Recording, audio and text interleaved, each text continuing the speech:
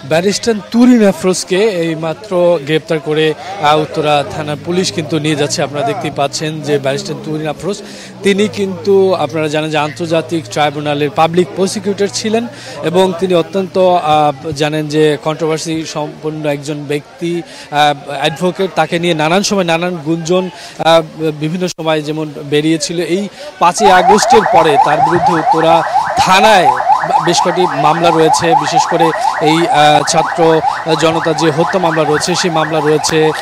তাছাড়া তার বিরুদ্ধে তার পারিবারিক বেশ কয়েকটি মামলা রয়েছে। আমরা যতদূর জানি যে উত্তরা যেই বাসাটিতে তিনি থাকেন, উত্তরা 3 নম্বর সেক্টর 11 নম্বর বাড়ি, সেই বাড়ি থেকে কিন্তু কিছুক্ষণের আগেই তাকে গ্রেপ্তার করে পুলিশ নিয়ে গেল। আপনারা জানেন যে আজকে রাত ঠিক 10টার পরে থেকেই তার এই তিনি যে বাড়িতে থাকতেন, মূলত এই বাড়িতে তার ভাইয়ের নামে, তিনি সেখানে আসলে কবজা করেছিলেন। আমরা যতদূর জানি যে সেখানে থেকে অভিযান চালিয়ে উত্তরা থানা পুলিশ তারা অভিযান চালিয়ে তাকে গ্রেপ্তার করেন এবং গ্রেপ্তার করে এইমাত্র তাকে নিয়ে যাচ্ছেন। মূলত আপনারা দেখতেই পাচ্ছেন যে পুলিশের বেশ কয়েকটি ভ্যান এখানে এসেছিল।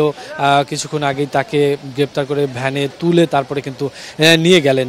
আপনাদের একটু জানিয়ে রাখি যে তুরিন আফরোজ তিনি কিন্তু আন্তর্জাতিক ট্রাইব্যুনালের পাবলিক প্রসিকিউটর ছিলেন, যেমন তেমনি তিনি অত্যন্ত আসলে পরিচিত একজন অ্যাডভোকেট।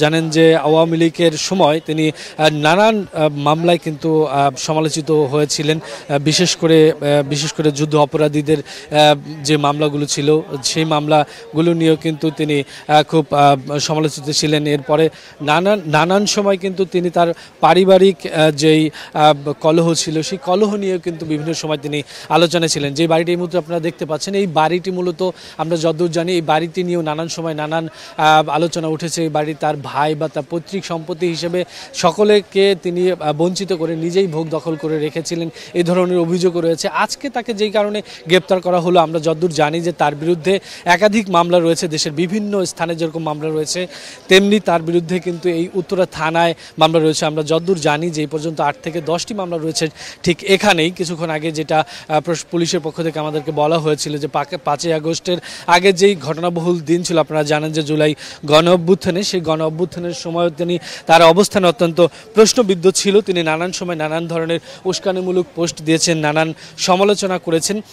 সেখান থেকে সেই উস্কানিমূলক আলোচনার এবং এই যেখানে আসলে ছাত্র জনতা হত্যার মতো ঘটনা ঘটেছে বলে সেখান থেকে যারা এসেছিলেন এখানে মূলত 10টার দিকে, আমরা যতদিন জানি 10টার দিকে বৈষম্যবিরোধী ছাত্র আন্দোলনের কিছু লোকজন এই বাড়িটি ঘেরাও করে এবং তারা পুলিশকে খবর দেয়। পুলিশ এসে